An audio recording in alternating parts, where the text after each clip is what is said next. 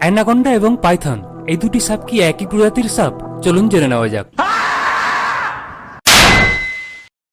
Anaconda এবং Python শব্দগুলি প্রায়শই বিভিন্ন প্রজাতির সাপ বোঝাতে ব্যবহৃত হয় এবং একটি সাধারণ ভুল ধারণা রয়েছে যে তারা দুটি স্বতন্ত্র ধরনের সাপ। যাই হোক, এটা স্পষ্ট করা অপরিহার্য যে অ্যানাকন্ডা এবং পাইথন পৃথক সাপের প্রজাতি নয়, বরং পাইথনিডি পরিবারের মধ্যে নির্দিষ্ট প্রজাতির নাম অ্যানাকন্ডা। অ্যানাকন্ডা শব্দটি সাধারণত দুটি প্রজাতির বৃহৎ অবিষাক্ত সংকোচনকারী সাপকে বোঝায় যেগুলি দক্ষিণ আমেরিকায় পাওয়া যায়।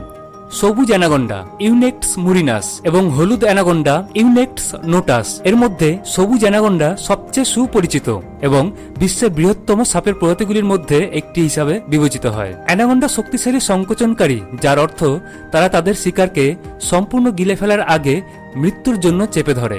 তারা প্রাথমিকভাবে মাছ, পাখি, সরীসৃপ এবং স্তন্যপায়ী প্রাণীর মতো বৃহৎ জলজ এবং স্থলজ প্রাণীদের খায়।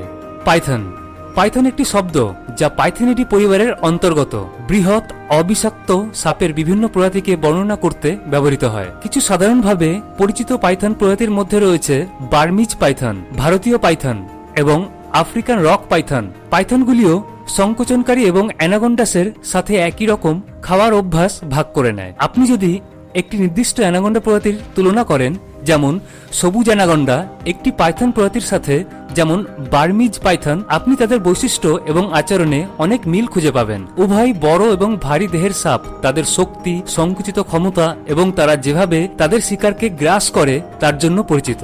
যাই হোক, অ্যানাকন্ডা এবং পাইথন গোষ্ঠীর মধ্যে বিভিন্ন প্রজাতির মধ্যে আকারের পার্থক্য এবং বাসস্থানের ভিন্নতা থাকতে পারে। একটি বৃহৎ সবুজ অ্যানাকন্ডা এবং একই আকারের পাইথনের মধ্যে একটি এনকাউন্টার হলে তার ফলাফল অনিশ্চিত হতে পারে এবং এটা ব্যক্তির আকার, স্বাস্থ্য এবং আচরণের মতো বিভিন্ন কারণের উপর নির্ভর করবে। তবে যাই হোক, এটি জোর দেওয়া অপরিহার্য যে এই ধরনের সাপগুলি প্রকৃতিতে সাধারণ নয়, কারণ এই সাপগুলি বিভিন্ন অঞ্চলের মধ্যে বসবাস করে। যেমন অ্যানাকন্ডাস থাকে দক্ষিণ আফ্রিকায় এবং পাইথন আফ্রিকা, এশিয়া এবং অস্ট্রেলিয়ায়, এবং তাদের আবাস সাধারণত ওভারল্যাপ করে না। তো বন্ধুরা, এই অ্যানাকন্ডা এবং পাইথনের মধ্যে লড়াই হলে কার জেতার সম্ভাবনা বেশি থাকবে কমেন্ট করে অবশ্যই বলবেন।